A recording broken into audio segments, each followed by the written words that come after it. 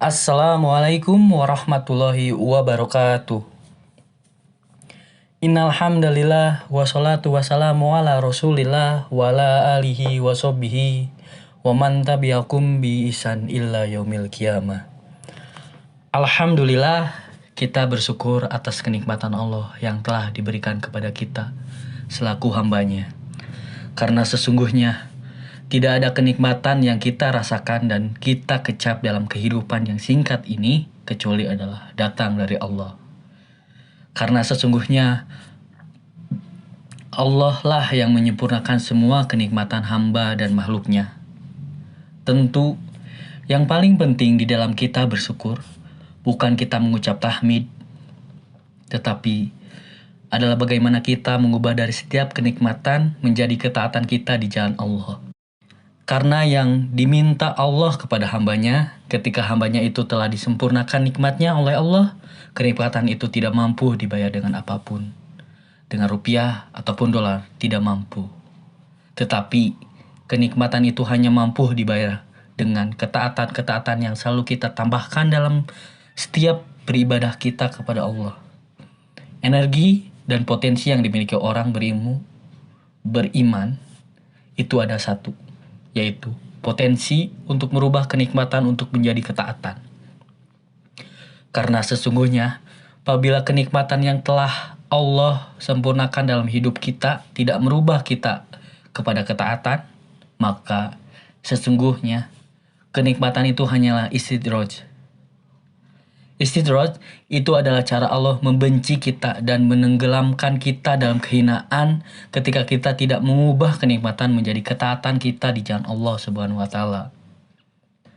Makanya Rasulullah SAW bersabda yang artinya, bila kamu melihat Allah memberi pada hamba perkara dunia yang diinginkannya, padahal dia terus berada dalam kemaksiatan kepadanya, maka ketahuilah bahwa itu adalah hal istidraj, jebakan berupa nikmat yang disegerakan dari Allah. Cara Allah menghinakan seseorang hambanya yang diberikan kenikmatannya yang bertambah supaya ia akan lupa kepadanya.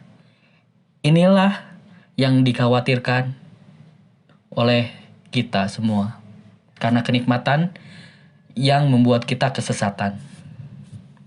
Karena yang menjadi saksi bukan halnya tangan kita dan kaki kita yang bicara, tetapi sesungguhnya, Masya Allah, tanah kita injak, kelak nanti kita akan bersaksi di hadapan Allah atas perbuatan yang kita lakukan. Yauma idzin tuhadzisu ahbaroha. Akan datang satu hari, satu waktu, ketika bumi ini akan menceritakan semua peristiwa yang akan terjadi di atasnya. Dan di antara yang diceritakan bumi, perbuatan yang dilakukan oleh manusia akan diceritakan, dan perbuatan kemaksiatan. Oleh karena itu, semoga kita adalah para penempuh jalan di mana jalan yang kita lakukan di atas muka bumi adalah ketaatan dan perbuatan ibadah kepadanya dan selalu taat kepadanya. Amin.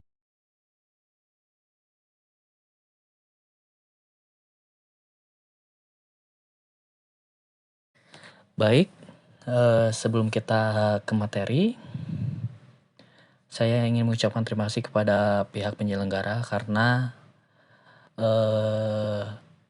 atas kepercayaannya terhadap saya untuk mengisi materi tentang leadership. Terima kasih sekali lagi, saya sangat berapresiasi sekali. Selanjutnya, izin saya memperkenalkan diri. Perkenalkan, nama saya Fani Alpian, saya dari alumni ISAN, angkatan ISAN Action, atau angkatan 2016-2017. Baik, kita langsung ke materi saja.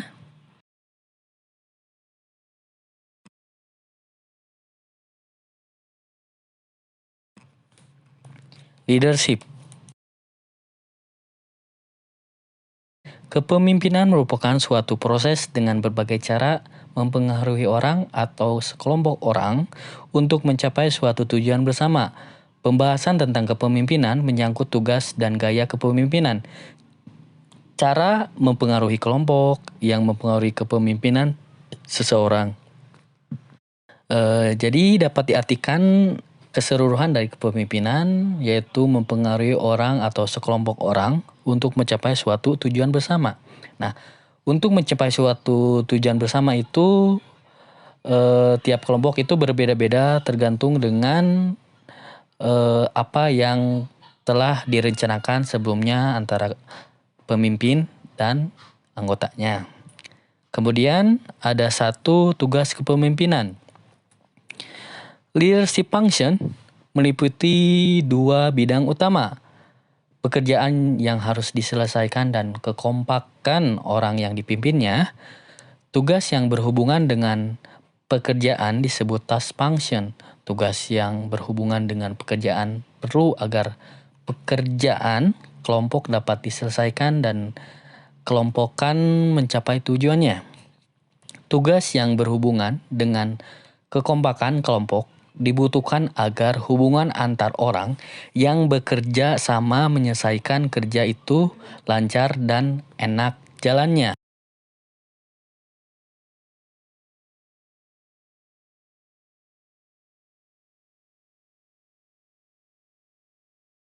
Tugas kepemimpinan yang berhubungan dengan kerja kelompok yaitu A. Memulai atau initiating usaha agar kelompok mulai kegiatan atau tugas tertentu. Seorang pemimpin haruslah bisa memulai agar sebagai contoh atau penggagas dalam suatu kelompok yang memotivasi anggotanya untuk mengikuti pemimpinnya yang menggagas atau memulai suatu kegiatan atau usaha dalam kelompoknya. Kemudian diikuti oleh anggotanya. Kemudian mengatur atau regulating tindakan untuk mengatur arah dan langkah kegiatan kelompok. Jadi pemimpin itu harus bisa ada tindakan untuk mengatur semua arah kelompok dan langkah kelompok agar bisa terrealisasikan suatu rencana-rencana yang akan digapai dalam suatu kelompok. Kemudian memberitahu atau informing, kegiatan memberi informasi, data, fakta, dan pendapat para anggota dan meminta dari mereka informasi, data, atau pendapat.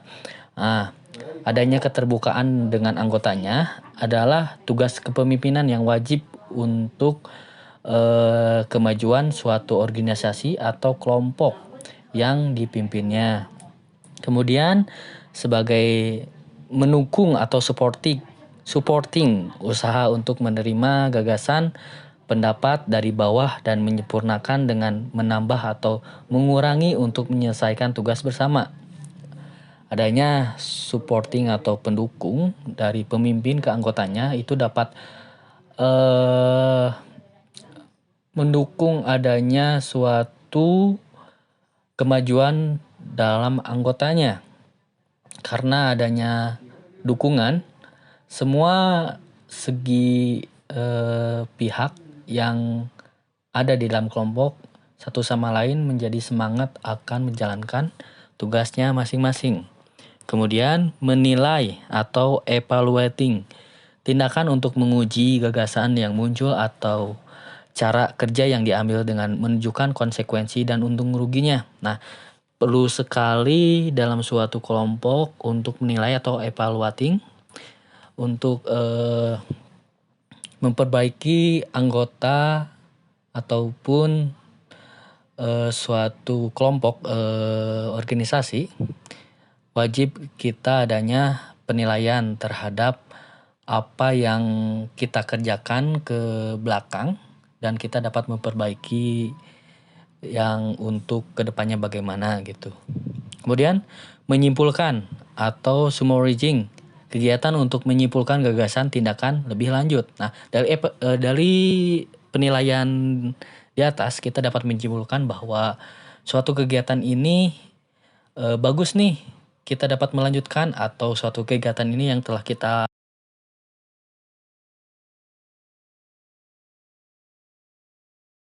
tugas kepemimpinan yang berhubungan dengan kekompakan kelompok antara lain ada mendorong atau encouraging, bersikap hangat, bersahabat, dan menerima orang lain. Nah, ini penting, hal-hal itu tugas kepemimpinan ini sangat penting dari mendorong atau encouraging, bersikap hangat, bersahabat, dan menerima orang lain agar hubungan antara anggota dan pemimpin bersikap baik dan adanya keterbukaan dan adanya juga kenyamanan.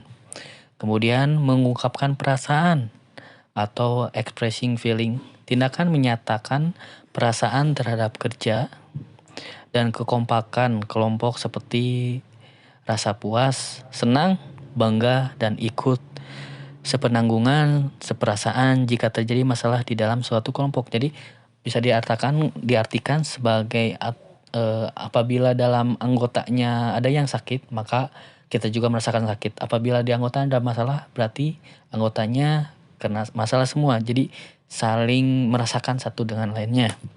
Kemudian mendamaikan atau harmonizing, tindakan mendamaikan dan mempertemukan orang-orang yang berbeda pendapat. Ini sangat penting sekali dikarenakan dalam suatu forum pemimpin itu harus bisa mendamaikan apabila suatu anggotanya, anggota 1 dan anggota 2 berbeda pendapat. Nah, di sini pemimpin itu harus bisa mendamaikan mereka. Tidak berat ke kanan ataupun ke kiri, harus seimbang dan harus secara baik-baik menyelesaikannya supaya anggotanya tidak satu sama lain tidak saling mencela. Namun pemimpin harus memiliki hal yang positif untuk anggotanya agar anggotanya tidak saling menyela. Kemudian mengalah atau compromising, kemauan untuk mengubah dan menyesuaikan pendapat dengan perasaan orang lain. Nah, ini termasuk tadi ya yang saya jelaskan di atas. Kemudian memperlancar atau gatekeeping, kesediaan mempermudah keikutsertaan para anggota dalam kelompok sehingga rela menyumbangkan pendapat. Nah, ini sukarela kan, memperlancar gitu. Jadi memudahkan untuk anggotanya untuk berpendapat atau berperilaku yang senantiasa apa yang ingin anggota lakukan. Kemudian memasang aturan permainan, setting standard. Tindakan menyampaikan tata tertib yang membantu kehidupan kelompok.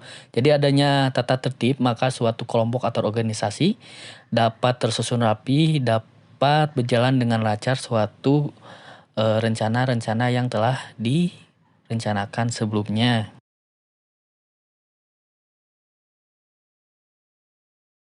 Dua, gaya kepemimpinan.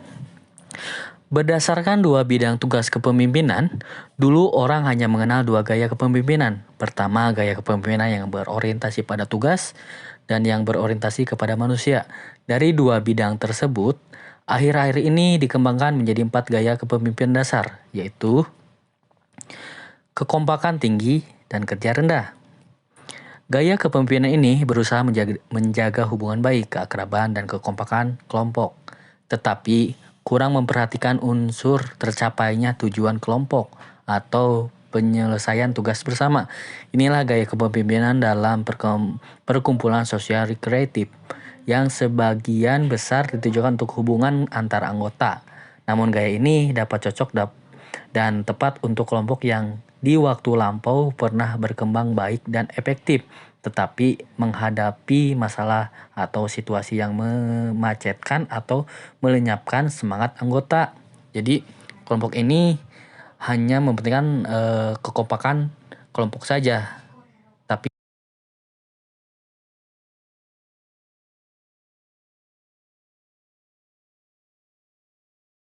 yang kedua ada kerja tinggi dan kekompakan rendah. Gaya kepemimpinan yang menekankan penyelesaian tugas dan pencapaian tujuan kelompok. Gaya kepemimpinan ini menampilkan gaya kepemimpinan yang dikreatif Gaya kepemimpinan ini tepat digunakan dalam persaingan dagang yang ketat serta dalam militer. Nah, gaya ini hanya mementingkan suatu proyek atau gagasan yang telah dirancang, tetapi akan tidak dengan kekeluargaan, kekompakan yang hubungan satu dengan lainnya tidak akur seperti itu, hanya mementingkan perancangan semata. Kemudian ada yang ketiga, kerja tinggi dan kekompakan tinggi. Nah, ini sangat bagus sekali ya. Gaya kepemimpinan yang mengutamakan kerja dan kekompakan tinggi baik digunakan dalam pembentukan kelompok. Pemimpin perlu menjadi model untuk kelompok dengan menunjukkan perilaku yang membuat kelompok efektif dan puas. Tujuan yang sebaiknya dicapai adalah membantu kelompok menjadi kelompok yang matang, yang mampu menjalankan kedua tugas kepemimpinan di atas. Gaya kepemimpinan ini menjadi tidak cocok dipakai jika tugas dan kekompakan kelompok telah diselesaikan anggota kelompok dengan baik. Nah, hal ini juga ada kekurangannya ya. Gaya kepemimpinan ini menjadikan tidak cocok dipakai jika tugas dan kekompakan kelompok telah diselesaikan anggota kelompok dengan baik. Kemudian yang terakhir, kerja rendah dan kekompakan rendah. Gaya kepemimpinan ini yang kurang menekankan penyelesaian tugas dan kekompakan kelompok. Cocok buat kelompok yang telah jelas sasaran dan tujuannya. Gaya kepemimpinan ini merupakan gaya kepemimpinan yang menggairahkan untuk kelompok yang sudah jadi. Gaya kepemimpinan ini tidak cocok digunakan kelompok yang belum jadi. Gaya kepemimpinan ini lemah dan tidak akan menghasilkan apapun. Jadi kelompok yang terendah ini dari semua kelompok di antara 4 ini yang paling dikhawatirkan, kerja rendah dan kekompakan rendah.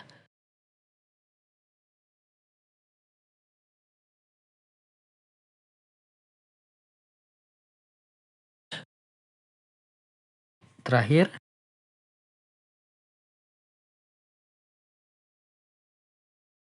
kemudian yang ketiga adalah cara mempengaruhi kelompok.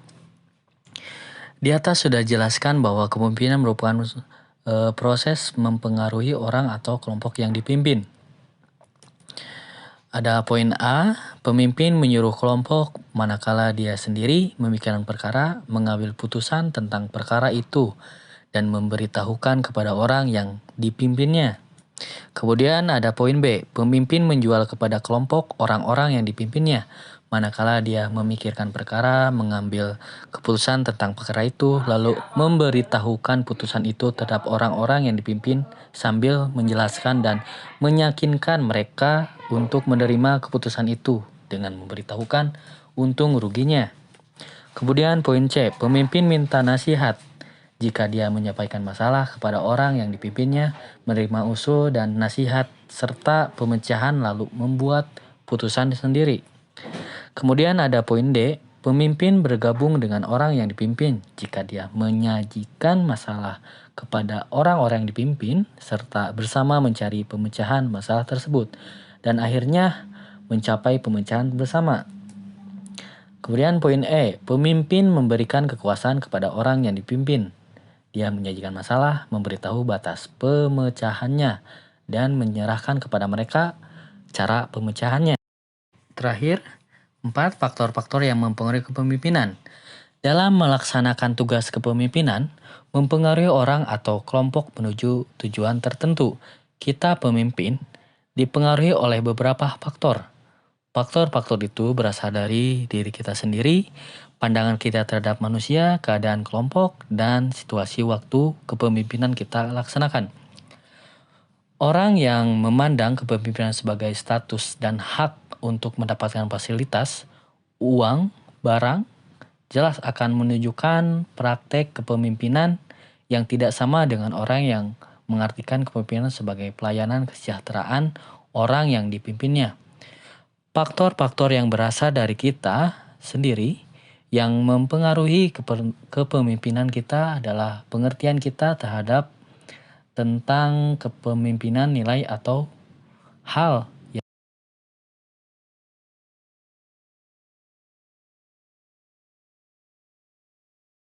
Baik, demikian dari saya. Semoga apa yang telah saya paparkan, apa yang telah saya berikan, semoga dapat dimengerti oleh sahabat-sahabat kalian semua. Mohon maaf atas segala kekurangan yang telah saya ucapkan, yang telah saya paparkan. Mudah-mudahan apa yang saya ucapkan dapat diterima, dan apabila tidak ada yang kurang jelas, mungkin bisa menghubungi saya via WhatsApp, ataupun apabila kita bertemu boleh. Silahkan saja, saya sangat terbuka. Terima kasih, sukses terus untuk Ihsan, dan barokallah wa innalillah untuk generasi Ihsan sekarang. Wassalamualaikum warahmatullahi wabarakatuh.